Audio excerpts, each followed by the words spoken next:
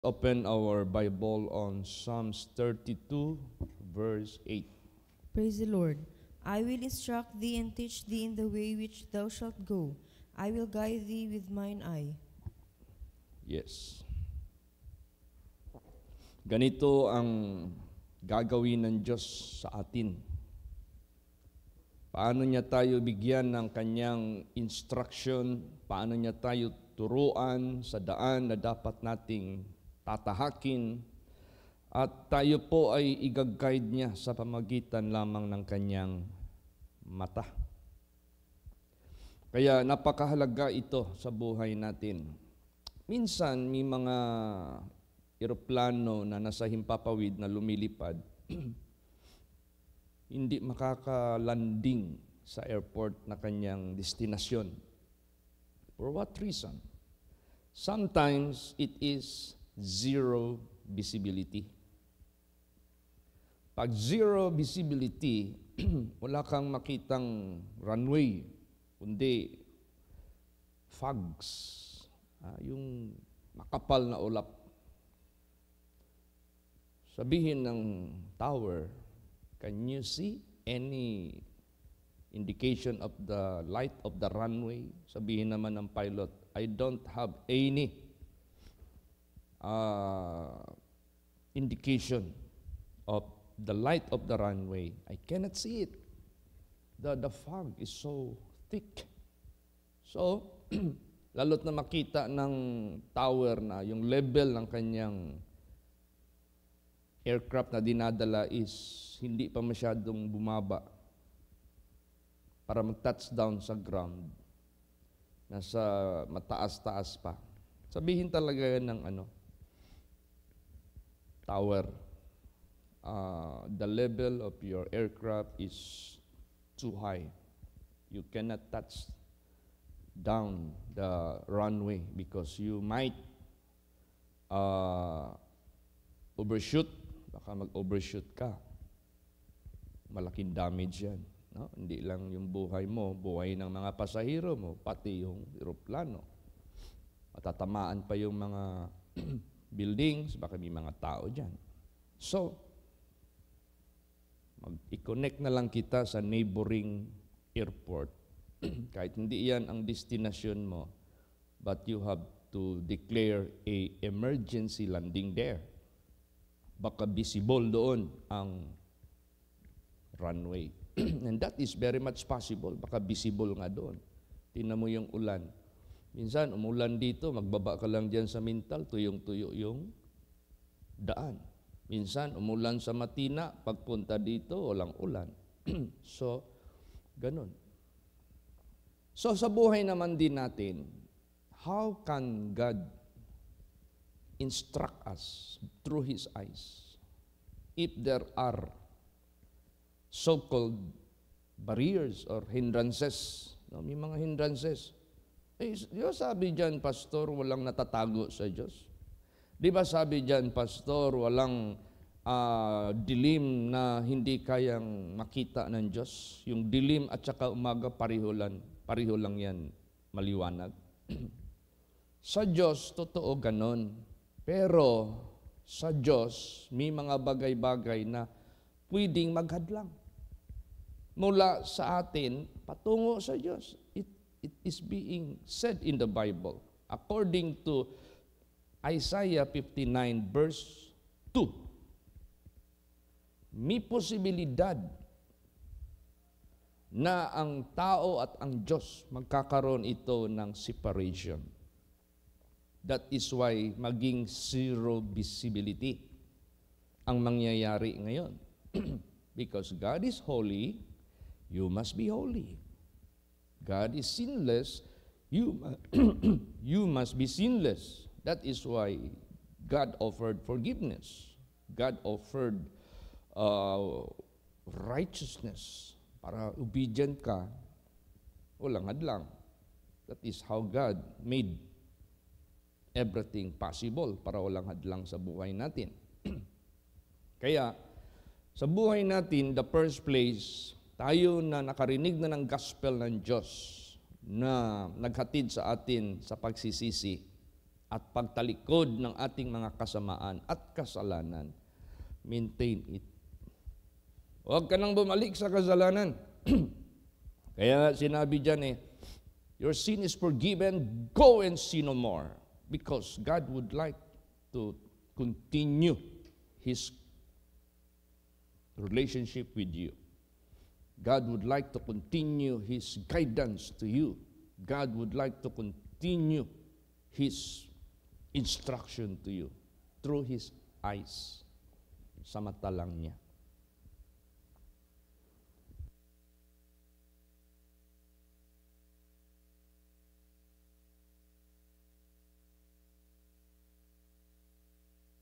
Ganun. Ganun ang paraan ng Diyos. Kaya sa buhay natin, may instruction nga ang Diyos dito, watch and pray always. That ye enter not into temptation. Because once you entered into temptation and committed iniquity or sin against God, mapuputol yung visibility. Mawawala. Mawawala ka sa mapa, sa paningin ng Diyos. As what the Bible says, na the hand of God is not shortened, that it cannot save, neither His ears are heavy, that it cannot hear, but because of your sin, because of your iniquity, hath separated between you and your God, and that hid His face from you. That is why He cannot hear your prayer. He cannot see your presence. Di ka makita ng Diyos. How can God give you the instruction? Kaya maraming mga eroplano sa mundo, it cannot touch down the ground for the reason of the zero visibility. Hindi siguro nakatagos yung ilaw ng runway doon sa, kasi dapat yung ilaw ng runway, tatagos yan sa clouds. Maybe the clouds or the fogs are so thick that it is impossible for the lights of the runway hindi maka-pierce, hindi makalapos. Kaya ganun, sa buhay natin, ano tayo? Watchful, prayerful, para tagos talaga yung mata ng Diyos sa buhay natin. Bakit? Gaano ka-importante yung mata ng Diyos tatagos sa atin, walang hadlang. Hindi tayo gumagawa ng kasalanan na, wala na yan, wala ng iniquities, watchful na tayo, prayerful na tayo, minimeditate na natin yung Word of God moment by moment sa buhay natin para hindi na talaga tayo magkasala laban sa Kanya. So, the status, our presence here on earth and before God in heaven is clear. So God said, I will guide you through my eyes. I will instruct you through my eyes, sabi ng Diyos. Tulad yan, magpunta ka ng abroad. Magkamali ka lang mag-decision dyan. Baka mapahama ka. Hindi ba yan lahat nag-abroad? Masaya ang pamilya. Meron ding malungkot. Hindi lahat nag-abroad na nagsabi na okay ang kalagayan niya. Meron pang mga mag-abroad na mabuti, hindi na lang ako nag-abroad. Ma, pauwiin niyo na ako, padalhan niyo na ako ng pamasahe dito. Bakit, anak? Hindi na ako sinisildohan ng aking amo kasi yung amo ko balasubas. Hindi lahat nagnamo dyan sa abroad. Minsan may mga DH dyan na hindi pinapakain ng amo. O kaya pinapakain man ng amo. Based on experience ito. Yung pang mga pagkain na kanabitang kulang na lang ihulog sa lamaw. Ang tawag dyan yung mga panis na. May mga balasubas na ano eh. Kaya, abroad man tayo, dito man tayo, lumapit tayo sa Diyos. Ask forgiveness. Lord, forgive me of all my sins from the beginning until the last one. Make me worthy. Gawin mo akong worthy sa inyo. Para saan man ako mag-abroad, saan man ako magtrabaho, saan man ako magpunta, yung mata mo nakatingin lagi sa akin. And you can give me the instruction all the way, all the time. Para hindi ako magkakamali. Pipili, hindi ako magkakamali. Mag-decide. Ganun. Kaya importante yan.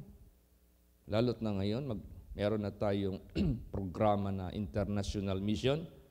Ikaw na ipapadala dyan sa labas. Hindi basta-basta yan. Ang pinakamalaking tanong niyan, can you survive temptation? Tingnan mo yung sharing ko sa inyo, sa testimony ko. I went to Indonesia, I went to Vietnam. Hindi nawawala ang tukso. At malakas pa naman ang tukso pag ikaw ay nag-isa sa isang lugar. Mas malakas ang tukso pag ikaw ay pumunta sa isang lugar na walang nakakakilala sa iyo. Pero kung mas malakas ang takot mo sa Diyos, kung malakas ang pagkilala mo sa Diyos, pag-ibig mo sa Diyos, lahat yan, wawahingin yan lahat. Di ba meron tayong inaawit na, kung malapit ka, Panginoong Hesukristo, temptation lose their power. Mawawala yung kapangyarihan ng tukso pag si Jesus malapit sa atin. E paano malapit ang Diyos sa atin? Mag-humble tayo. Matakot tayo sa Kanya. Prayerful tayo, watchful tayo, huwag kang hahakbang ng kasamaan sa buhay mo. Sigurado yan. Kahit matapos yung trip mo, babalik ka na lang sa post mo. To God be the glory. Satan has nothing to do against you. Temptation has nothing to do against you. But all these things turn into victory. Kung ganon. Yan napaka-importante. Alam mo, anong number 1 gustong ituro ng Diyos sa atin? Para wala talagang hadlang? Basahin natin. Psalms 34:11. Praise the Lord. Come, ye children, hearken unto me. I will teach you the fear of the Lord. Yes. Takot sa Diyos.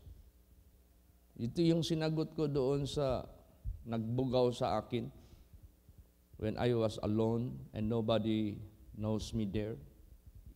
That was in Indonesia, in Tarakan. Nung nag-check-in ako ng hotel, my wife was so far, it is beyond. Kaya nga overseas, pag sinabing overseas, paglipad ng eroplano, ilang dagat ang madadaanan mo. You go beyond many seas bago ka makarating. So, my wife was in Malaysia. I was in Tarakan, Indonesia. I was alone. Nobody knows me there.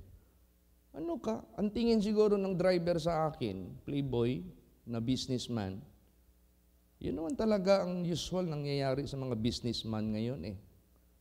Umahanap ng oportunidad maka-abroad na mag-isa para makakilos ng kanilang kalikutan. Siguro yung isip niya, marami na siguro siyang ginawa ng pagbubugaw, nakapera siya, siyempre. Meron kang pera sa babae, meron ka pang pera sa lalaki as tip.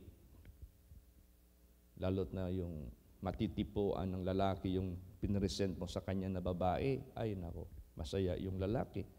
Siguro ang tingin niya sa akin, I was a businessman who came to Indonesia, a Filipino guy na malikot. Pagbugaw niya sa akin, maliwanag talaga. Sir, bapa. Sir means bapa. Bapa, tampat, ada, banyak, cantik. Wanita. So anong response ko sa kanya as an immediate response to cut off the vibration of the temptation? Sabi ko, ini orang ada takut Tuhan. This man is God-fearing person. So, anong sabi niya? Bagus-bagus Bapak. Banyak terima kasih Bapak. Habang sinasabi niya yan, ang kanyang actuation paatras. Banyak terima kasih Bapak. Bagus-bagus, banyak terima kasih. Umatras. Para yung ahas na magtuka na lang sa iyo, pag-rebuke mo in Jesus name, mag-atras. Hindi mag-ano sa iyo, tuloy. And he was a serpent spiritually that would bite you spiritually. Kaya takot sa Diyos. This is very much effective way of life to maintain cleanliness, to maintain holiness, to maintain righteousness. Hindi kayo matakot ka lang sa asawa mo.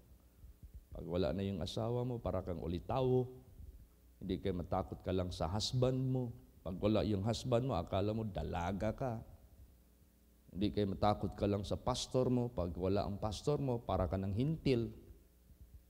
Hindi po. Ang takot sa Panginoon, ang pinaka-the best. Lagi. Tsaka huwag tayong malimutin sa kautusan ng Diyos. No? Kaya prayerful tayo. Hindi tayo maging forgetful. Hindi kayo nakapunta ka lang sa overseas. Nag-iba na yung lugar. Nag-iba na rin yung way of living mo. Nag-iba na rin yung mentality mo. Parang wala ka nang narinig ng Word of God. Tingnan mo yung pamilya ni Sister Edith, Pastora Edith. Paano sila nakarating sa Canada, buong pamilya?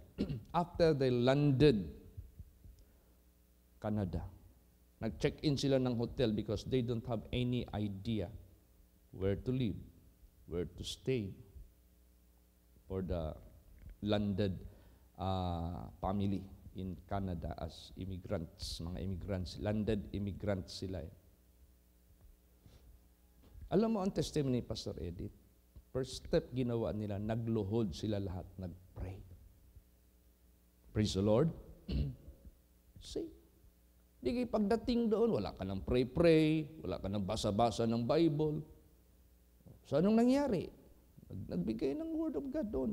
First, nag-live, nag-online sila. Nag-live. Tapos hanggang hindi naputol yung devotionals nila doon. Tingnan mo, naging kongregasyon na ngayon. Yung tukso, hindi naka-topple down sa kanila. Lalo pa silang pinagpala ng Diyos, sinamahan ng Diyos. O kaya ganun sa buhay natin, takot sa Diyos. At huwag tayong makalimot. Kahit saan pa tayo magpunta sa mundo, nakalusot ka sa Indonesia, pagdating mo ng Hong Kong, nakalimutan mo na yung utos ng Diyos. Natuka ka ng ahas. O nakalusot ka man sa Hong Kong, pagpunta mo doon sa Canada, mas iba doon. Kasi, alam mo naman, ano doon, yung liberal. Baka doon ka na matukso. Ay, hindi pwede yun. Kahit saan tayo ipasabak ng Diyos, we must survive. Basta may takot tayo sa Diyos. We should not be forgetful of His laws. Basahin natin yan. Pakibasa. Proverbs 3:1. Praise the Lord. My son, forget not my law, but let thine heart keep my commandments. Yan. Forget not my laws. Huwag mong kalimutan, bawal ang paglalasing. Baka pagdating doon, ay, whiskey pala andito, mahal ang whiskey sa Pilipinas. I never had any opportunity to taste these whiskeys dito sa Canada o Amerika. Mag-pretend na lang ako na hindi ako Christian. Mag-pretend na lang ako hindi ako pastor. Para matikman ko lang. Nalimutan mo na yung batas. No. Ay, mag-pretend na lang ako, I'm not a Christian. I'm not a believer of God. Para lang matikman ito. Ano? You have forgotten the law. So dapat, do not forget the law. But remember them and keep them. Sinabi dyan, my son, forget not my law, but let thine heart keep my commandments. Praise the Lord. Yan. Huwag mong i-exchange yung iyong relasyon sa Diyos sa pera. Maya-maya, ma-hire ka doon sa amo mo. Tapos sabihin ng amo mo, ging, no? Ging. Ay nagsaba sa akong asawa, magkita taon niya dito sa 101 Hotel. Alam niyo, 101 Hotel? Yung tinatayo dyan sa SM. Meron din yan sa Makati. Doon kami chinik-in nung kinasal namin meron akong kinasal. Alam mo, sa buhay ko, never in my dream I could check in a 5-star hotels. Dahil sa mga kasal na pinapagawa sa atin. Naku, yung mga 5-star hotels, praise the Lord, naranasan namin na yung misis ko. Sabi naman may kinasal kami sa Tagaytay. Pastor Chit, naka-check-in kayo sa Twin Lakes Hotel. Alam mo yung Twin Lakes Hotel sa Tagaytay? Tinatanaw lang namin yan. Kasi para kasing castle yan parang palasyo yan na 5-star hotel yan Lahat ng mga biyahero doon, hindi pa nakapunta ng Tagaytay, yung Twin Lakes Hotel, attractive sa mata yan ng mga turista kasi ang ganda ng setup nila doon. Para kang overviewing a castle. Napaka talaga. Imagine that. Naranasan namin yan. Free by the grace of God. Praise the Lord. O di, ging, huwag kang magsalita, huwag kang magsabay. I-book kita sa 101 Hotel o kaya sa Sheraton. Yung mga sikat Sheraton Hotel. Ano pa yung mga sikat na hotel? Basta mga 5-star hotel. Bakit, sir? Ano palang plano mo? Ano lang? Pling-pling lang. Alam mo na yun. So, ikaw ngayon na may takot sa Diyos, I rather to resign rather than to accept your offer. Ay hindi, ging. Kung magkano yung utang mo sa Pilipinas, sagutin ko lahat yan. Ayaw mo pa yan. At saka ganito, bigyan kita ng alote, aside sa sweldo mo. Pero huwag mo isabi sa asawa ko. May mga possible na mga offer. Huwag mo talagang i-exchange ng pera ang iyong kaligtasan, relasyon sa Diyos. Bakit? Mas mayaman yung Diyos natin. Kayang ibigay ng Diyos yung in-offer niya, higit pa.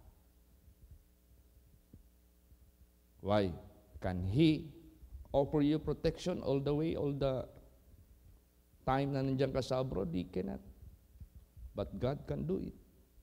Can He protect your family in the Philippines all the way? No, but God can do it. Can He answer all the rest of your life? He cannot answer it, but God can do it.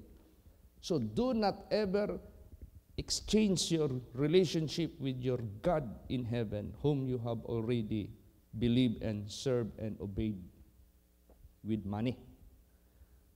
Basahin natin yan. Basahin natin ang Proverbs 8:10 hanggang 11. Praise the Lord. Receive my instruction and not silver, and knowledge rather than choice gold. For wisdom is better than rubies, and all the things that may be desired are not to be compared to it. Yes. Wag tanggapin mo yung aking instruction. Bakit may instruction galing sa Diyos? Through His eye, binibigyan tayo ng instruction. Through prayer, binibigyan tayo ng instruction. Tanggapin mo yung aking instruction. Hindi silver. Tanggapin mo ang kaalaman kaysa gold. Dahil ang kaalaman mas higit pa kaysa mga mahalagang bato. At sa lahat ng mga bagay, mas pinipita pa, mas dinidesire pa. At walang makaka-compare nito. Akong alam mo lang.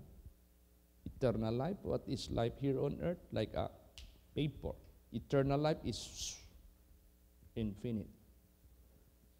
Habang nandito pa tayo sa sanglibutang ito, God can answer all our necessities. That is His promise. Naalala niyo yung testimony ko kagabi? Nagbasa Sister Anna ng Bible, Psalms 91. The following day, naapakan niya yung buntot ng king cobra, ng isay-ngisay na matay. Ibig sabihin yan, if you have the knowledge and wisdom from God, that is more than any precious stones or gold or silver, dahil hawak mo yung King of Kings and Lord of Lords, the great provider. Praise the Lord. So huwag nating exchange ng ano paman. Kaya ang gusto ng ating Panginoong Kristo, huwag tayong believe sa sarili. Alam mo yung mga sayings ngayon sa mundo na pinapalakad sa mundo? Pinapapaniwala sa tao, pinapagawa sa tao. Believe to yourself, yun ang ginagawa. Mali yun. trust to yourself, trust to your friends. Mali lahat yan.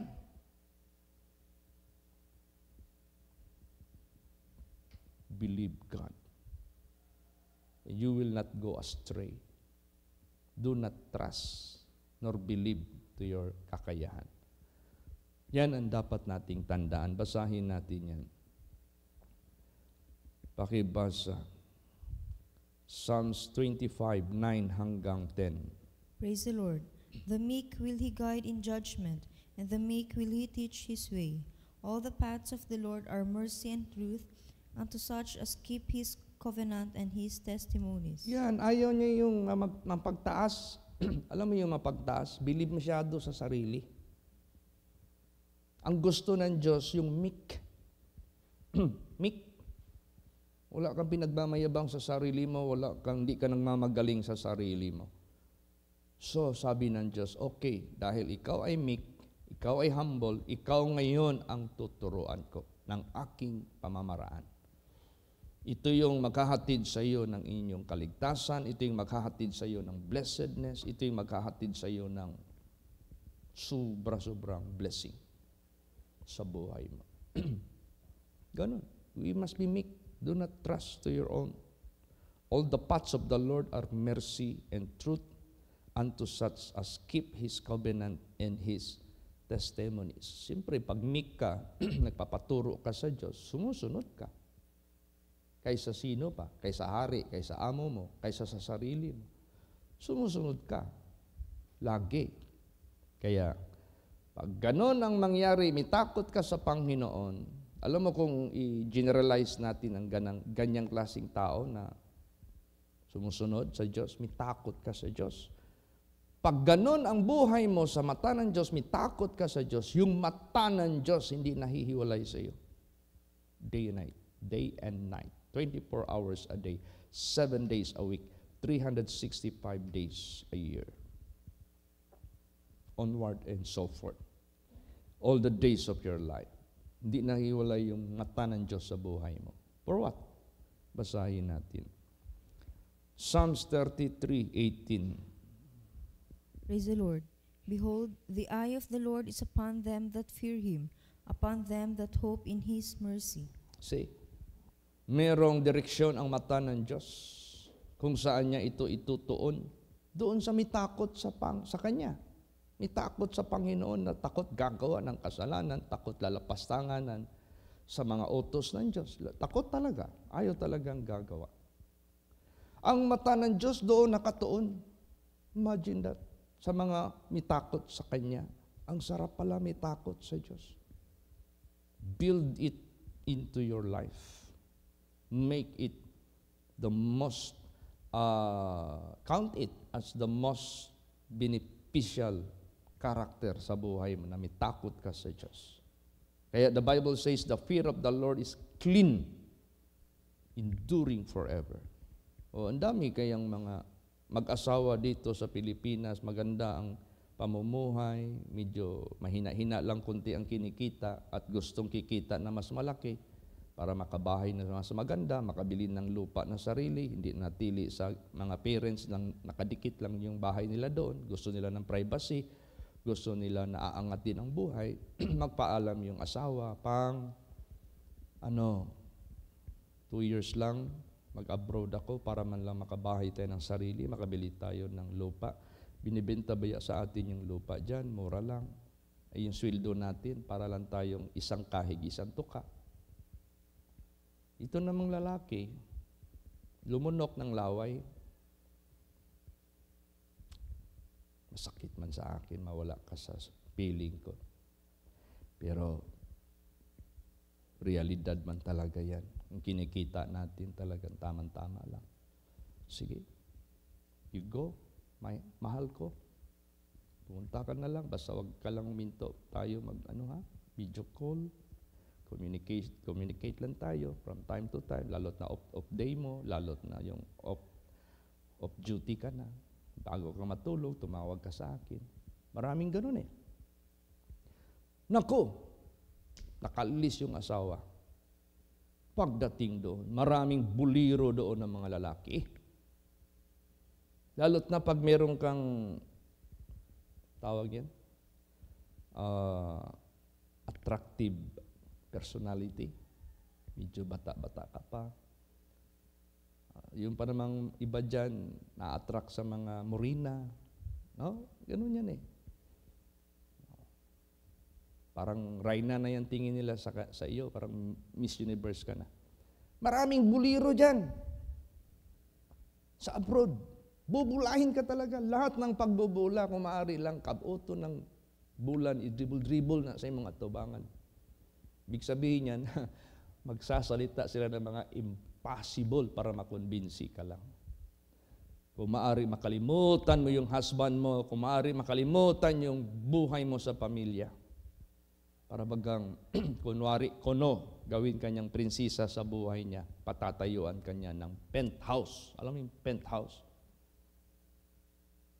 Yung bahay na nakapatong sa tower, ikaw yung nasa pinakataas. Kompleto na doon. May swimming pool.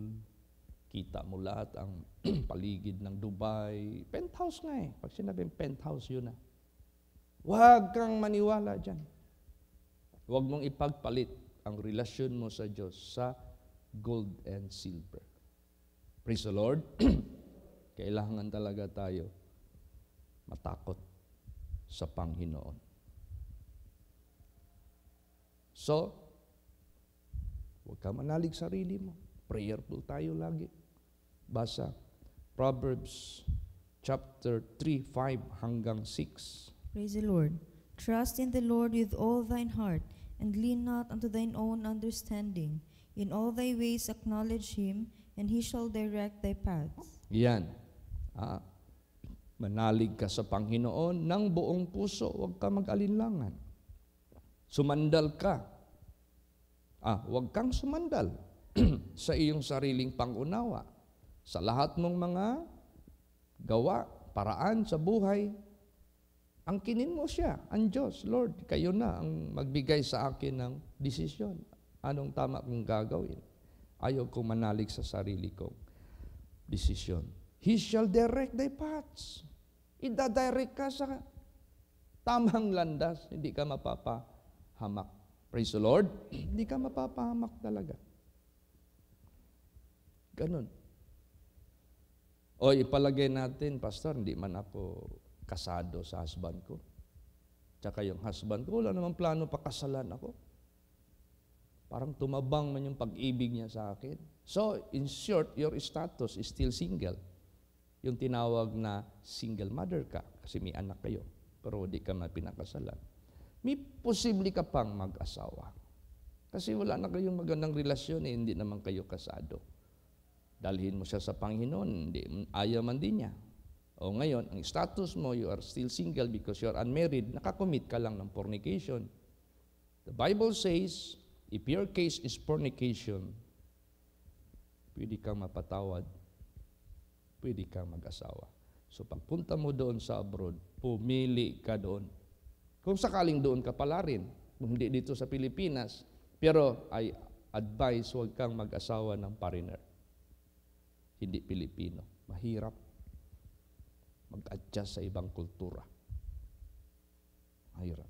Daming naghihiwalay ng mga, yung bumili dyan sa lupa at building natin sa Matina, foreigner, asawa Pilipina, hiwalay. Ibang kultura eh. Na-met ko yung sa Iwahig, may naghatid sa akin doon na motor, sabi sa akin ng OIC, Pastor, pahatid na lang kita sa aking tao. Magmotor lang kayo. Eh, hindi ko man kasama yung misis ko. Okay, ride on. Kumbaga pa. Nagmamotor man din ako noon. So, marunong ako magbalanse kung mag-angkas. O di, dala ko yung pack bag ko, sangkas ako.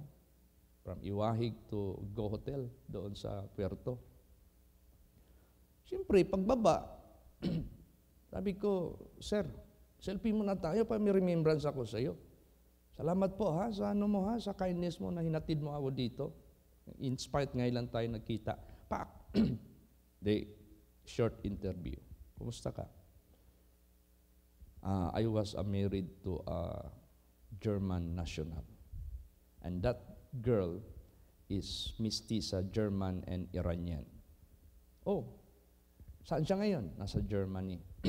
Oh, ba't nandito ka? Oh, I'm here for a lifetime, full-time in the ministry. Oh, ba't hindi mo siya sinama? Oh, we've been married for 8 years, but we are divorced.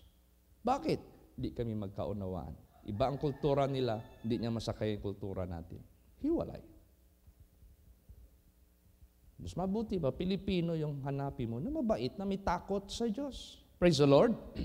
Yun, may posibilidad dyan. Pero wag kang magkumpiyansa sa abroad kasi maraming lalaki dyan na nagpa-single-single.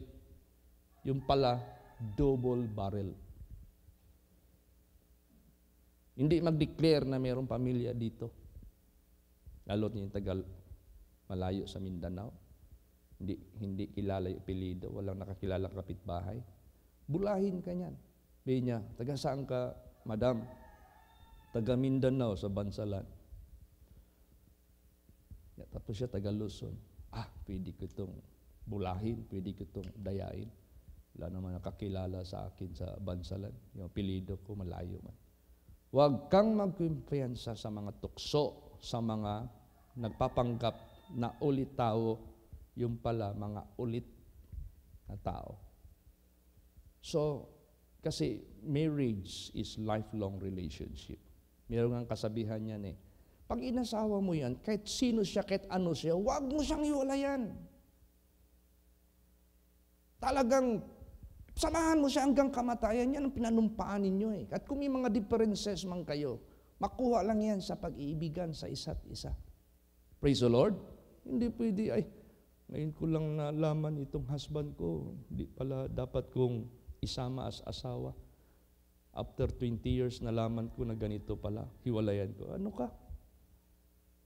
Hilo? Hindi pwede. Pag pinakasalan mo yan, be with him till death. Praise the Lord. O kaya, mag-ingat tayo. Maaari dalhin natin sa Panginoon.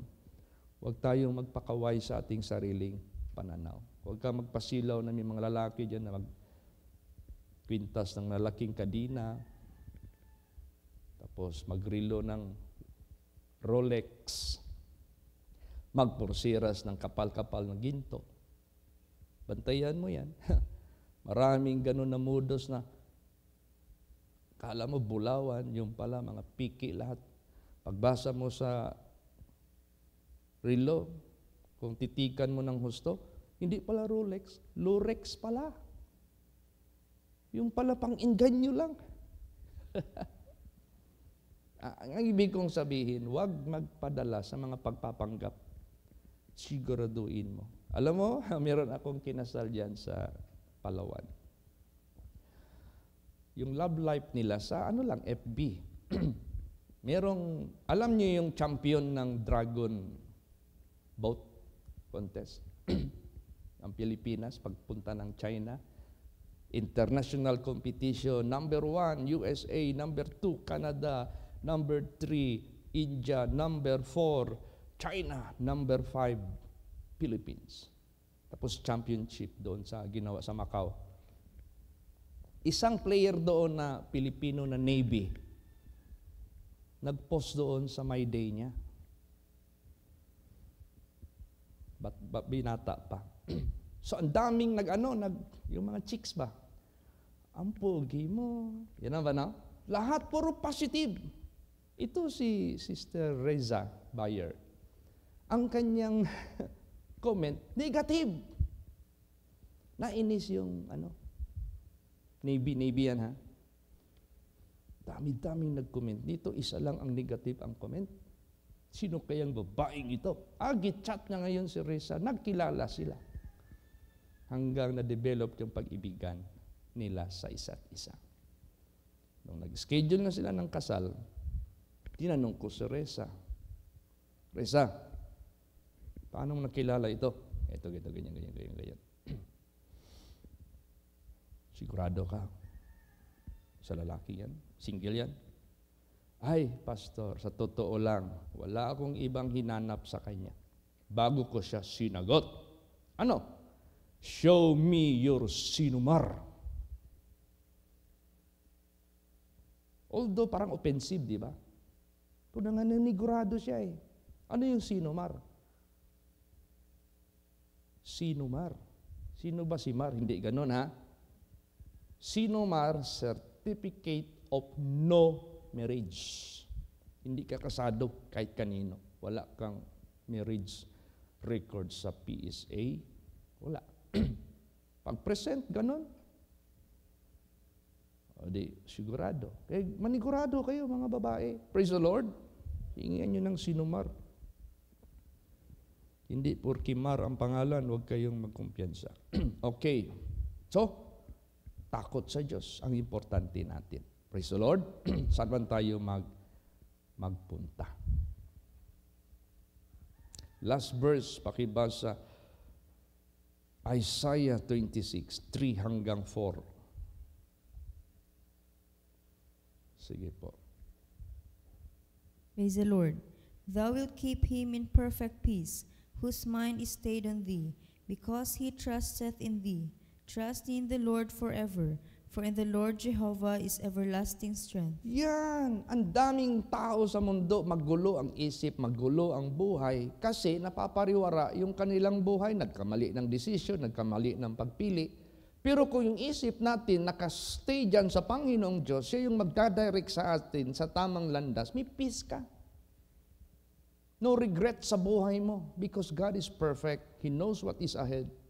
Praise the Lord. Kaya kung mag-abroad ka man o nandito ka man sa Pilipinas, huwag mong ihiwalay yung iyong isip sa Panginoon.